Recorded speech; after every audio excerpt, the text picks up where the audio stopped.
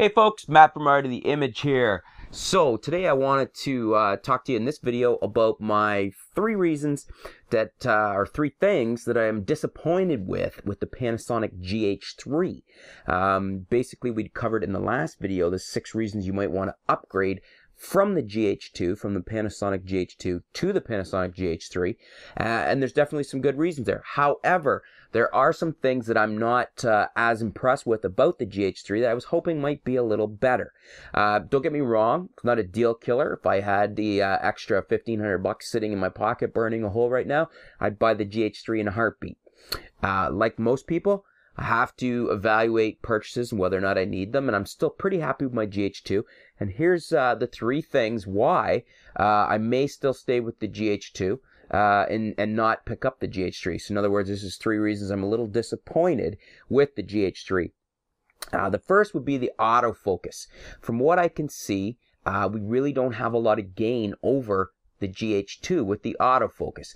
And I think with this next generation of body, we should have seen a bit better autofocus levels than what we get out of the GH2.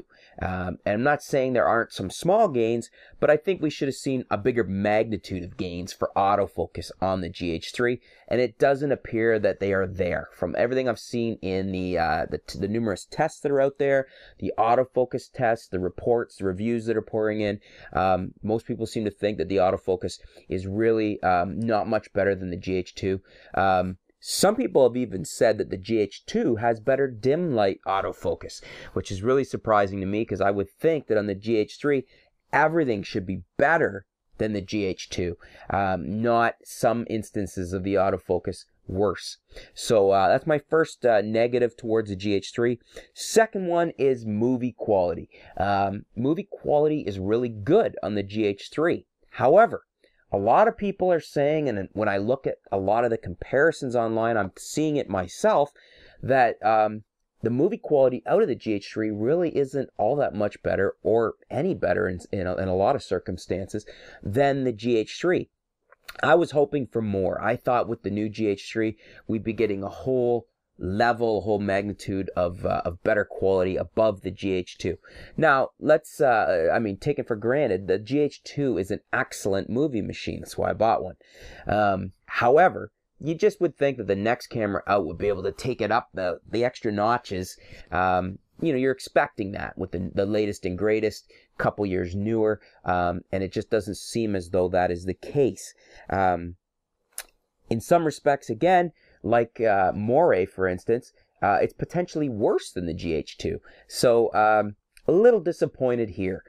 Sure, it's great that the GH3 has the abilities with the higher encoding levels and things like that. Definitely some great things, as I mentioned in my other video, the 6 reasons to upgrade about the GH3. But for output on movies, really doesn't look to be any better than the GH2, which I find to be a little disappointing. The third thing is the high ISO in movie mode. And I'm separating that out from general movie quality because I think it is a little different. It's got to do with movie quality, especially if you're shooting at higher ISOs. But I think you need to compare the movie quality as its own and then consider what the ISO levels are like. And the high ISO doesn't appear again to be any better than the GH2.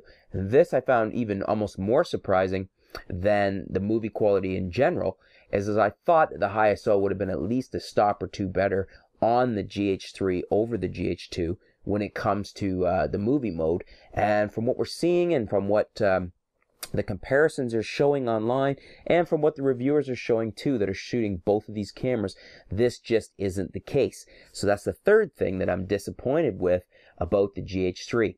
So that's 3 reasons that I may not be getting the Panasonic GH3, at least not right away.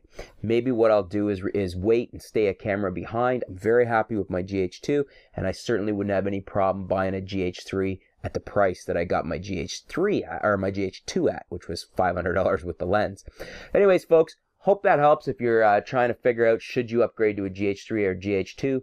And stay tuned. We'll be back soon. We'll have some more videos, some more articles. We'll keep you up to date with what's going on in the world of photography here at artoftheimage.com. Thanks a lot.